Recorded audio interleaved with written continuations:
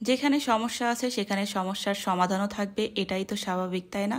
সমস্যাহীন জীবন তো আর হয় না। যারা অল্পতেই ভয়ে আত্মবিশ্বাস হারিয়ে ফেলেন তাদের জন্য জীবনটা অনেক কঠিন, বা সবকিছুতেই তাদের অনেক বেশি সমস্যা মনে হয়, জীবনটা অনেক কঠিন মনে হয় আর কি। যাই হোক, তো আজকে হচ্ছে আমার ছোট্ট একটা সমস্যার সমাধান করলাম। এই যে যেমন হচ্ছে আমার দুইটা টুল ছিল, বেশ কয়েক বছর হচ্ছে ব্যবহার করছি। যেহেতু আমার ঘরে দুইটা বেবি আছে, তো ওরা দেখা যায় মানে সমবয়সী টাইপের, তো বেশি আর কি সব কিছু মিলায় অগোছালো করে। তো এই দুইটা টুল নিয়ে দেখা যায় টুলের উপরে অত্যাচার চলে, যেটার কারণে অনেকগুলো বাধা একদম খুলে যাচ্ছিল। পরে আমি চিন্তা করলাম এইভাবে রাখলে তো একেবারে নষ্ট হয়ে যাবে, তো এটা আগে থেকে হচ্ছে একটু রিপেয়ার করে নেই। তো এই জন্য হচ্ছে আমার এই বেতের যে দোকানটা আমার চোখে পড়েছিল বেশ কিছুদিন আগে, ভেবেছিলাম যে বেতের এই দোকানটাতে যাব, যে আমার কিছু পছন্দের জিনিসও নিব, সাথে আমার দুইটা টুলও আর কি ঠিক করে নিব। তো আজকে চলেও এসেছি। দোকানটা খুবই ছোট কিন্তু বেশ ভালো কিউট কিউট জিনিস আছে আর কি। সব ধরনের জিনিসই দেখলাম টুকটাক আছে, তো ওনাদেরকে অর্ডার দিলেও বানিয়ে দেয় বা ওনারা বানিয়ে রেখেছে। আর এই যে বেতের এই কিউট ট্রেগুলা কিন্তু খুব ট্রেন্ডিংয়ে আছে, বেশ কিছু পেজে কিন্তু সেল হচ্ছে। আর এই যে আমার টুল দুইটা হচ্ছে আমি ওনাদেরকে বুঝিয়ে দিচ্ছিলাম কোথায় কোথায় সমস্যা, তো উনি সমস্যা দেখে আর কি সব কিছু আমাকে ঠিক করে দিবে। আর এদিকে হচ্ছে এই জিনিসগুলো আমি দেখছিলাম আর খুবই ভালো লাগছিল।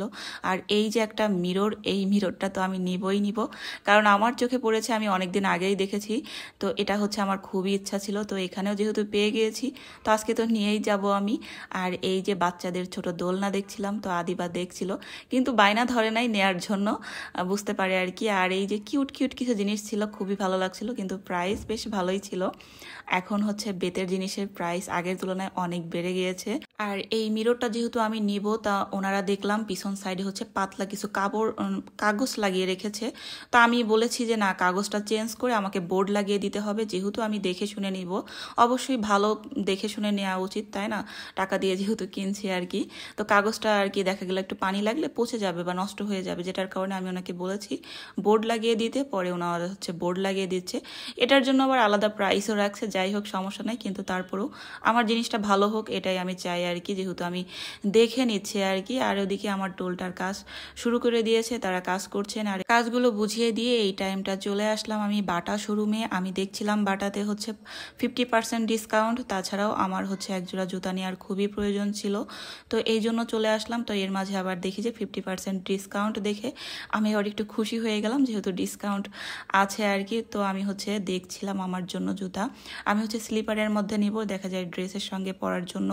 আর বরাবরই হচ্ছে আমি একদম নিচু জুতা পরতে পছন্দ করি, উঁচুগুলো একদমই আমার ভালো লাগে না। আর এখানকার ডিজাইনগুলো দেখলাম অনেক আগেকার, আজ থেকে 2-3 বছর আগে যেগুলো দেখেছি ঠিক সেগুলোই আর কি দেখছিলাম। তো ব্যাগের কালেকশনও সেই একই রকম দেখছিলাম।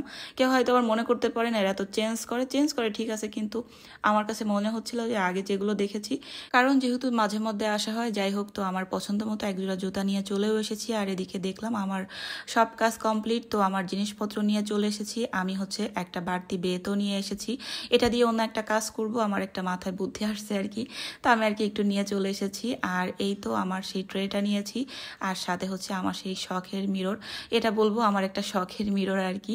তো এর মাঝে আমার আবার প্রচণ্ড ক্ষুধা পেয়ে গেছে। রাস্তা থেকে আসার সময় কিছু পুরি নিয়ে আসছিলাম, তো দাঁড়িয়ে দাঁড়িয়ে সেই পুরিগুলো খাচ্ছিলাম, অনেক ক্ষুধা পেয়েছে। গেছিলাম সেই বিকেলে, আসছি প্রায় সন্ধ্যার পরে। যাই হোক, আল্লাহ হাফেজ।